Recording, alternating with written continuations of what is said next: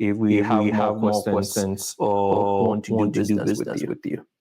Yeah, send me a text or give me a call at 312-519-5224. Or if you would like to book a meeting, I can send over Patrick my calendar for home and auto, life, pet insurance, whatever you want to talk about. You can book a meeting with me, or my email is my first dot last name right there at Comparion Insurance, and that's Comparion or comparison without an S. So COMPARION insurance.com. Thank you. Yes, absolutely.